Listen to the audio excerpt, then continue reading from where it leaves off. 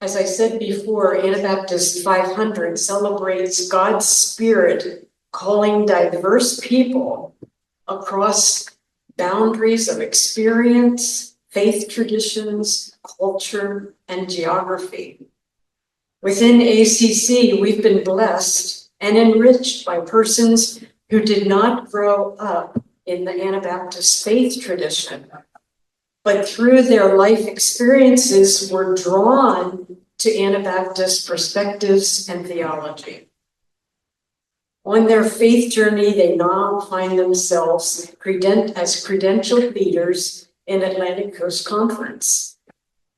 We have invited 3 of these persons to share their journey to Anabaptism. I'm going to invite in this order Steve Crane, Kate Andre, and Jason Storbakken to come to the platform and share in that order. And then we'll just give a little time when they're finished if you have a clarifying question or just want to bless them in some way for sharing. All right, Steve, we'll listen.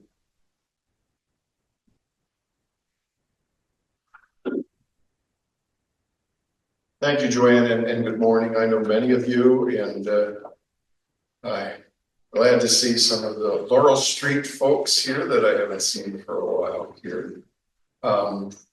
Again, I'm Steve Crane, and I have been in interim ministry for a number of years, as well as in chaplaincy ministry.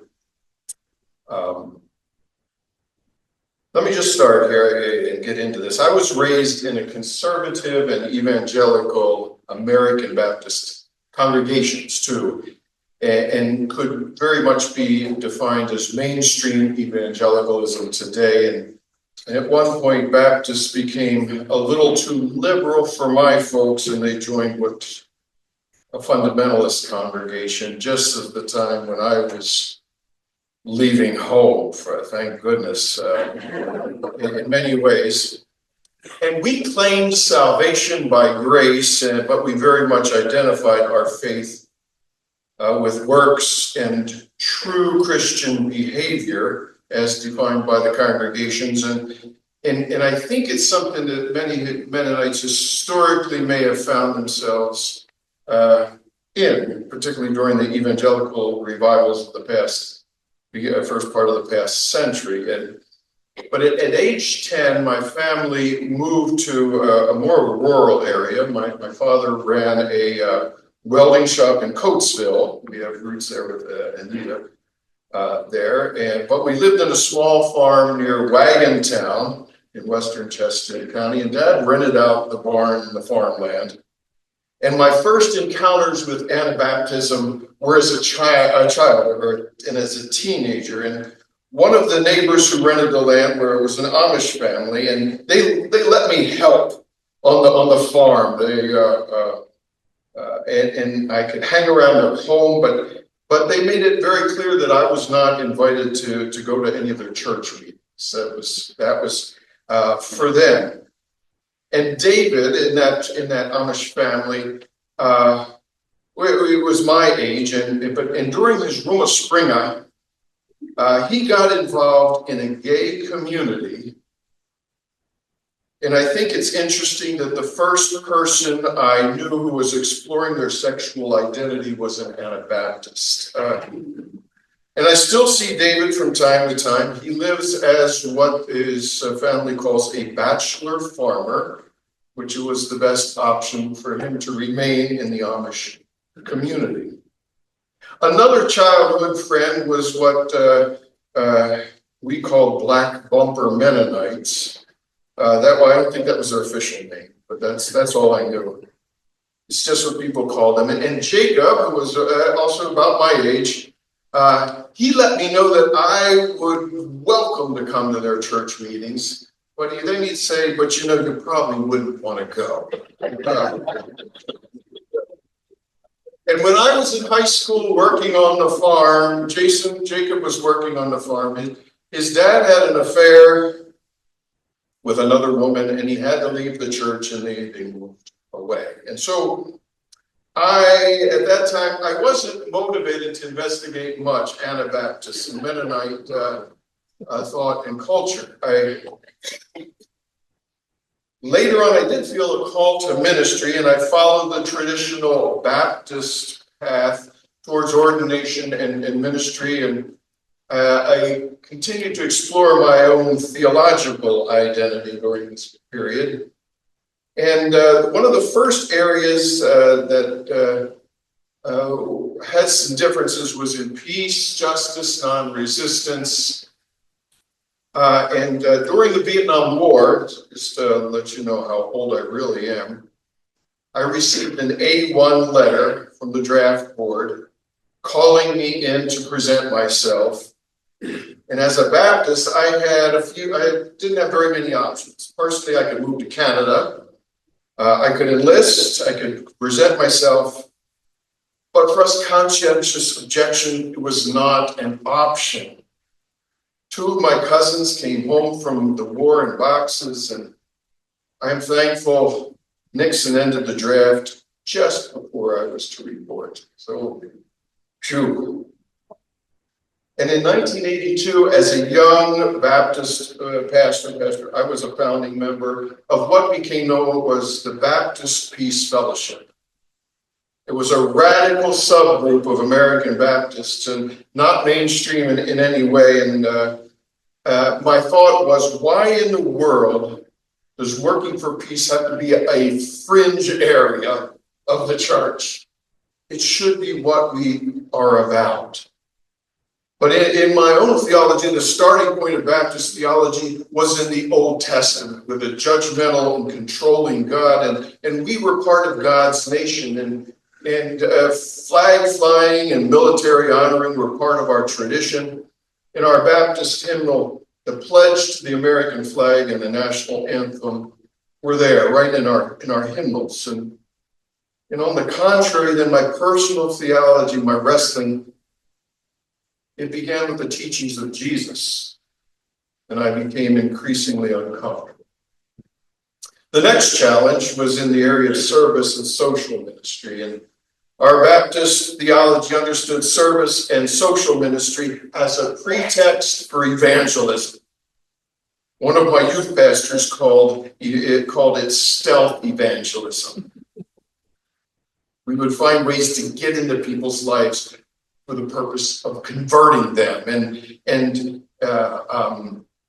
feeding the hungry, visiting prisoners, helping the homeless were ulterior motives for saving souls.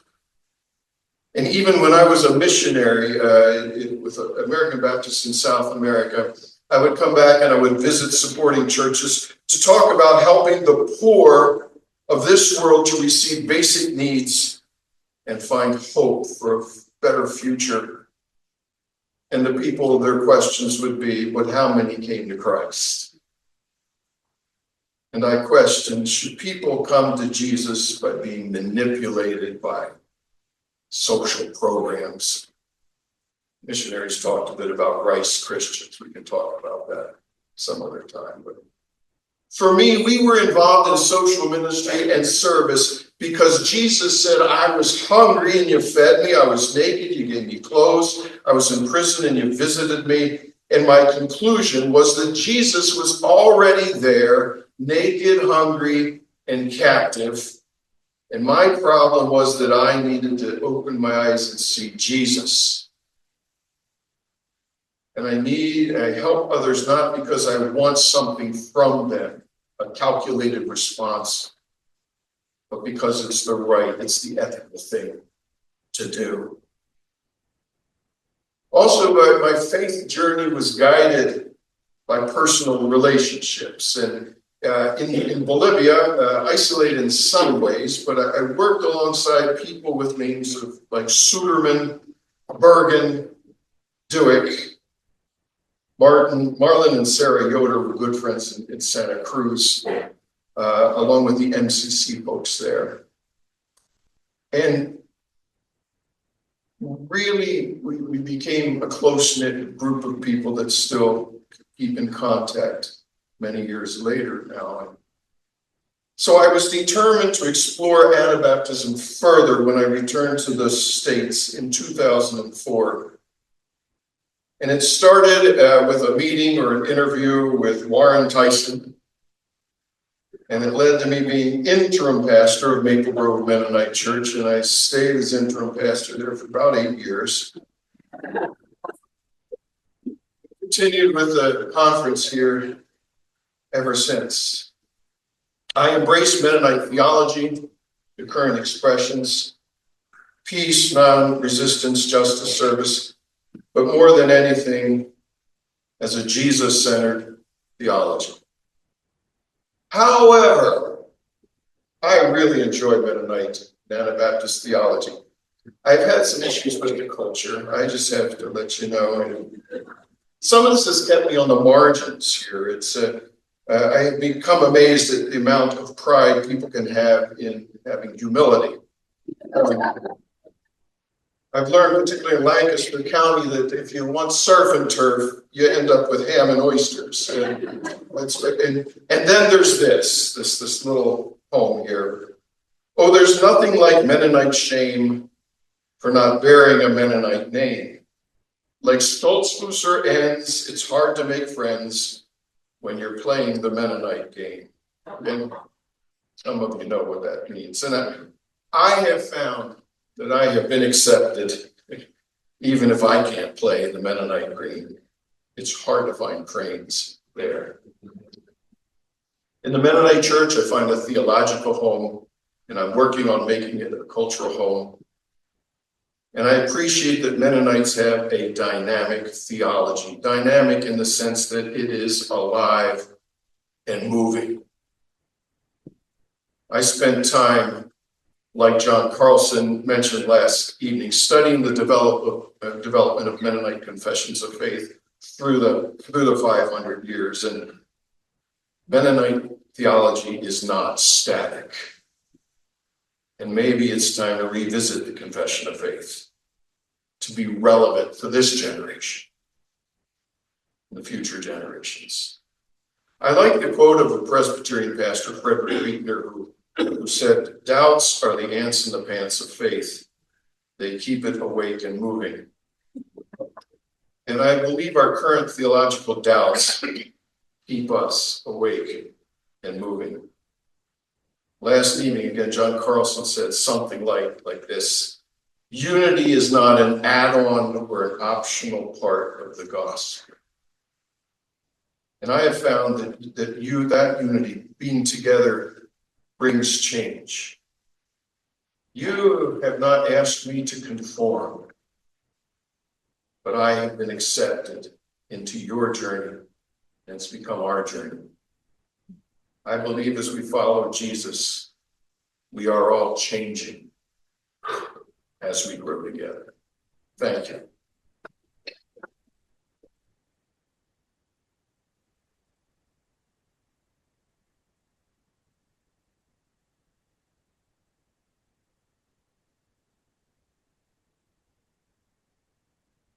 Hello, Atlantic Coast Conference. Hello, my name is Kate Andre. I serve as pastor of the Mennonite congregation of Boston. I left my voice back in Massachusetts a little bit, so if you can't hear me, please let me know. It's been a blessing to gather in person with you all and to see in the flesh many folks that I've had the privilege to connect with via Zoom. And let me give a big thanks to Joanne for inviting me to share with you all the story of my journey to Anabaptism. And so perhaps you too will consider what resonance and hope do you find in the Anabaptist movement, past, present, and future. So may the words of my mouth and the meditations of all our hearts be acceptable to God. Let me start with a story from someone else's life. I met Jackie in 2023 when we both took an online class in Anabaptist history and theology. Jackie, who'd been raised in the Lutheran tradition, told this story. I spent some time in Shipshewana, Indiana, she said. Did I say that right? Okay, thank you. There's a large Amish and Mennonite community there. I was on a buggy ride with an Amish driver, Jackie recalled, and he pointed out how you could tell certain homes were built by Anabaptists. That planted a seed, she said. I started to wonder about the type of faith that informed daily life so deeply that you could see it from the highway. So if someone looked at us from the proverbial highway, what would they see? What kind of Christians do we want to be, given all that's happening in the world? These are questions I've been holding for a while. In 2011, while an MDiv student, I declared during a stroll with a friend, if I'm going to call myself a disciple of Jesus, I want it to mean something. It was so earnest. I was expressing a concern dear to the early Anabaptists rather than merely worshiping Jesus or declaring Christian faith with words. Can I imperfectly try to emulate Jesus's life in the way I live? Can we? My journey to Anabaptism has been circuitous. I'm told I was baptized Lutheran as an infant. I don't remember it. But what I do recall for as long as I can remember is a strong sense of the presence of God. Even as a young child, I didn't feel alone when I was alone. One Sunday evening around the age of 6, I marched into the kitchen and interrupted my mother's weekly coupon clipping ritual to declare, God is Jiminy Cricket. Not a finger-wagging conscience, but a presence, a companion on the journey, a holy spark with us and within us.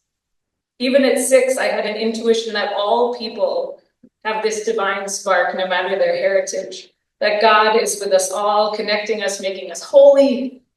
I was a weirdly deep little kid. I grew up in a predominantly Jewish neighborhood in Columbus, Ohio. My family became Catholic when I was 8, in a diocese where kids who undergo the rites of Christian initiation for children receive 2 sacraments for the price of 1, First Communion and Confirmation. I appreciated the parish's post-Vatican II embrace of lay participation in Mass. We had a drum set, which was super cool. Hymns were projected on a screen at the front. And best of all, whenever it came time for the Lord's Prayer, we all stood on the same level, laity and clergy alike. We held hands and swayed as we sang together, Our Father. It felt like the priesthood of all believers, like the egalitarianism that I now love within the Anabaptist tradition. My early religious education was unmemorable. I struggled to square my personal experience of God's presence with the Bible stories and liturgical scripts I heard in Mass. And despite my yearning for God, I struggled with theological questions. I had those ants in the pants. Was I a Christian? If so, what does that even mean? Conversion came slowly, not one big theophany or a dove descending from heaven. It was more like thawing a chicken. One day it was thawed, I don't know. Sometime in 2011, halfway through my Master of Divinity program, I finally felt like I understood what it meant to be a follower of Jesus. And I longed to mark the occasion by being baptized again. Well, my priest was very, very patient and said in the Catholic Church, that's just that we don't do that. But looking back on that moment now, I wonder, was I spiritually Anabaptist all along? So how did I even discover Anabaptism? In 2009, my mother, an avid gardener, fell in love with the cookbook Simply in Season. Who knows it? Who has it on your shelf? She loved the philosophy, as do I, behind local seasonal eating and living simply so others may simply live. By chance or providence, my mom lived quite close to Columbus Mennonite Church. So she became an active member and I accompanied her to worship at CMC whenever I was home visiting. The co-pastors at the time, a married couple, became close family friends. They eventually officiated my sister's wedding and provided my premarital counseling. When I finally moved to the greater Boston area with my husband and young child, this same Mennonite pastor couple reached out with a crazy idea. The Mennonite congregation of Boston is looking for an interim pastor. They explained, you should apply. I'm Catholic, I said. Isn't that disqualifying? You see, following divinity school, I had been working as a lay Catholic minister for 10 years, serving people of all or no faith traditions, largely through Catholic organizations. As I wrestled with questions and concerns about some aspects of Catholic ecclesiology and teaching, kind of like, say, Menno Simons. It turns out all of the earliest Anabaptists were Catholic at one point. In fact, much of early Anabaptist spirituality was deeply rooted in some of my favorite aspects of the Catholic tradition: an affirmation of the Spirit as guide for discernment and biblical interpretation, an appreciation for mystical, direct experiences of God, an almost monastic focus on community as the site of practice and living out one's faith. And so astonishingly, the Mennonite congregation of Boston didn't care that I was Catholic. Surprise! I'm here. They didn't care that I'm a woman. They hired me as their interim pastor, installed me as their long-term pastor, and will ordain me this May.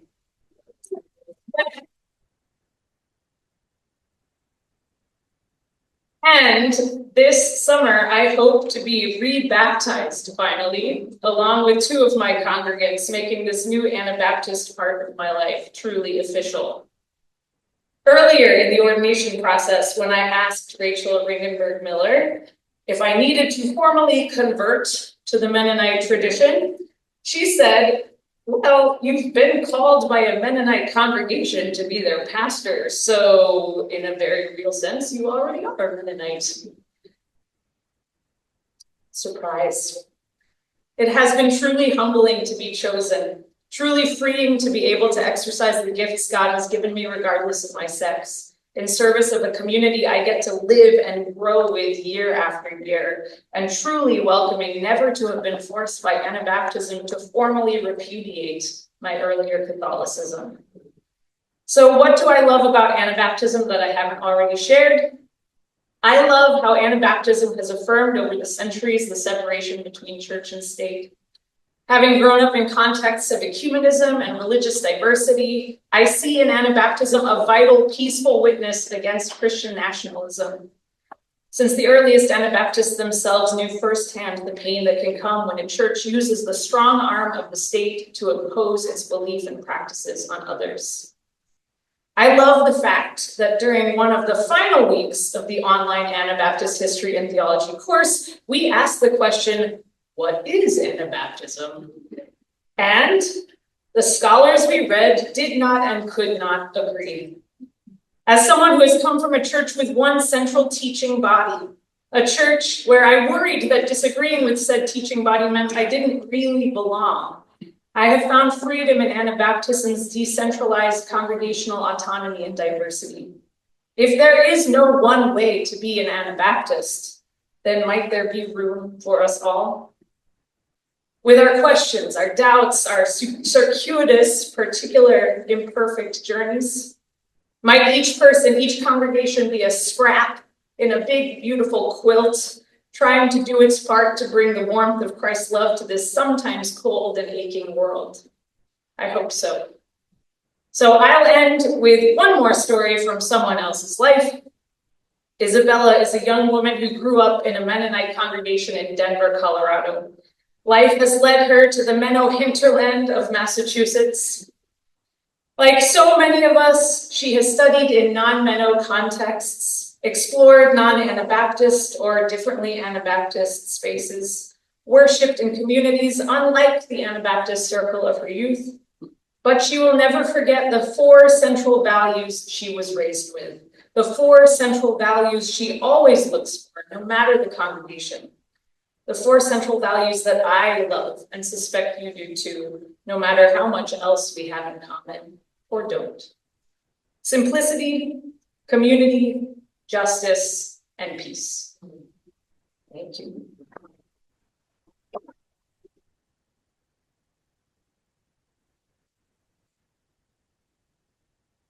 Good morning, everyone.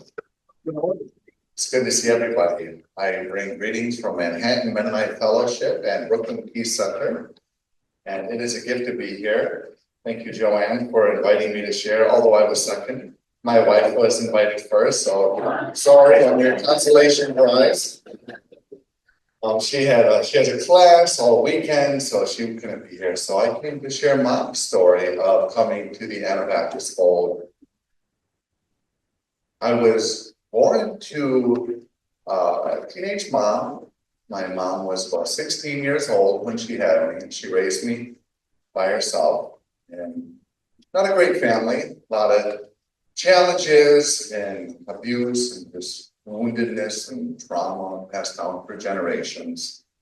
And the boy that she had me with was 15 years old, and he was from just around the corner, came from a good conservative Christian family, and he somehow went astray.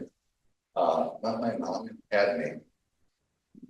And my mom raised me on her own, and I felt very, very rootless. I felt like I didn't have a lot of roots. We moved probably 20 times by the time I was 17 and left home. And so we moved a lot. She was a hard worker, and she really committed to just trying to make a home and a family for us.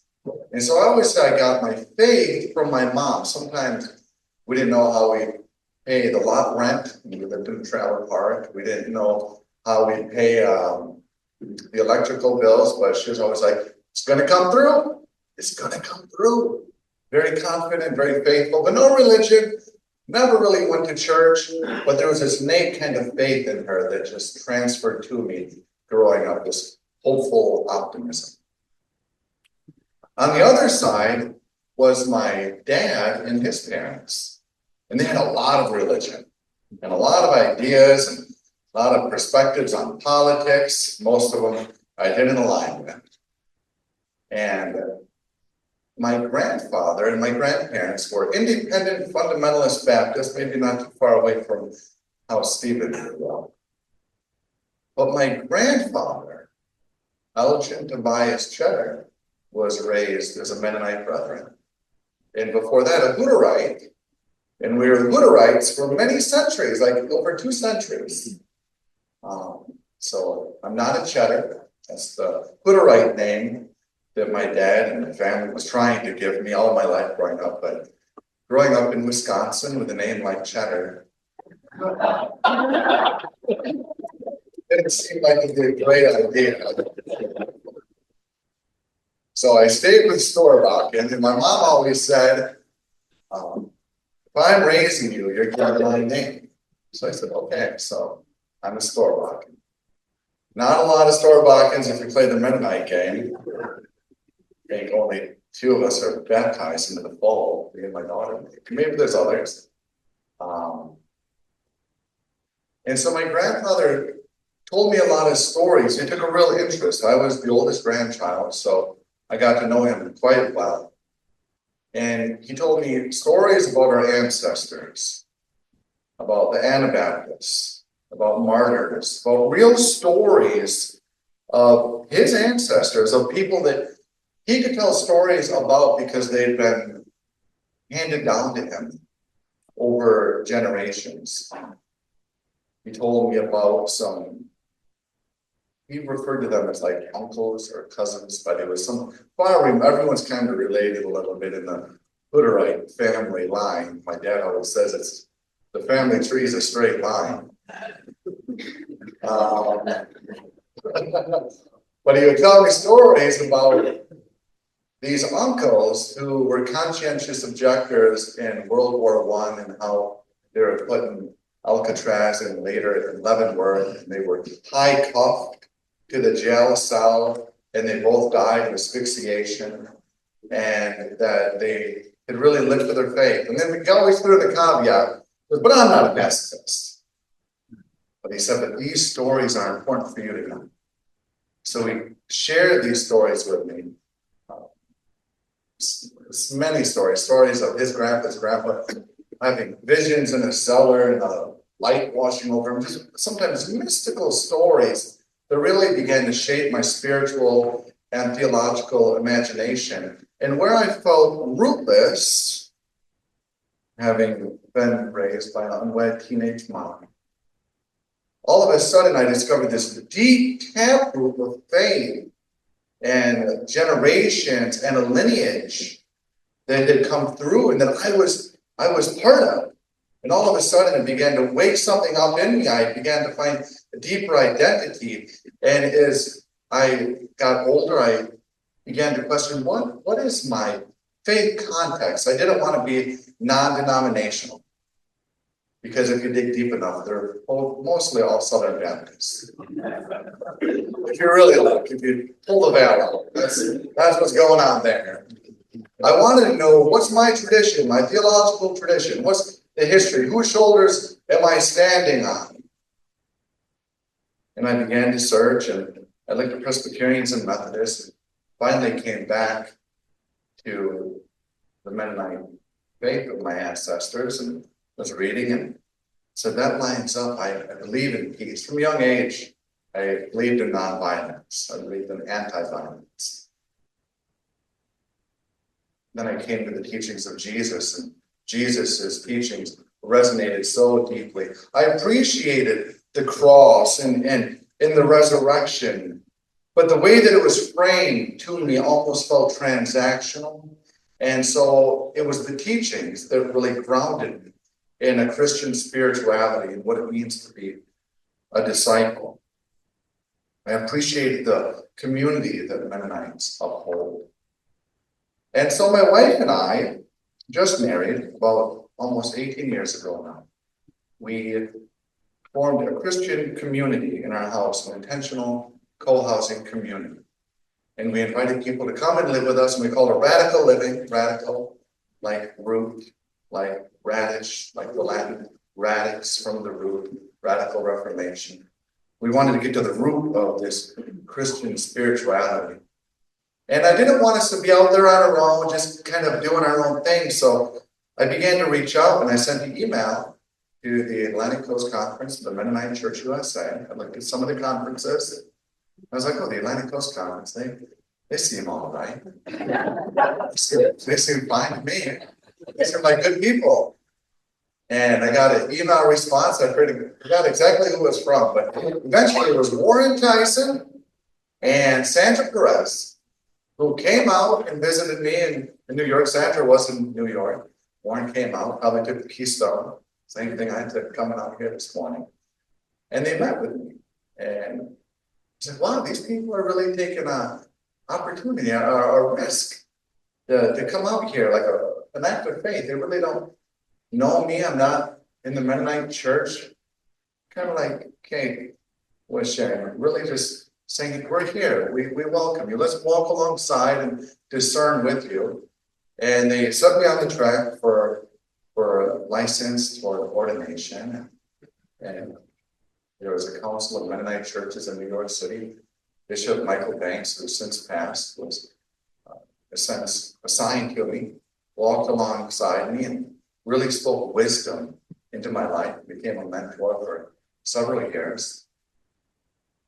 And then I was licensed. I worked at the Bowery Mission. I've been chaplain there for 15 years this year. And so I was licensed for ministry at the Bowery Mission for my work there and with Radical Living in the Christian co-housing community. And it took another bunch of years to get ordained. It wasn't until I came to Manhattan Mennonite Fellowship, and then I had my ordination in that church context. And the last thing is I'm really just thankful for not just bearing with me, but exploring with me and taking risks and being wide open and being a peculiar people to welcome in a peculiar person, or in the case word, weird sometimes. And I love that. We are peculiar people.